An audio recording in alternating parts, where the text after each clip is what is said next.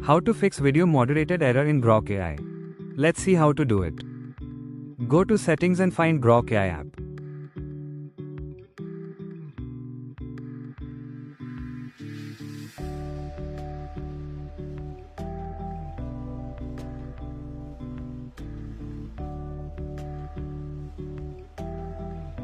Clear cache.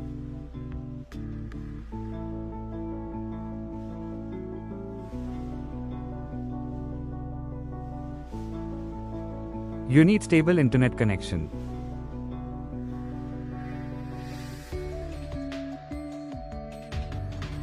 Now go to Play Store and check Update Grok app if it's available.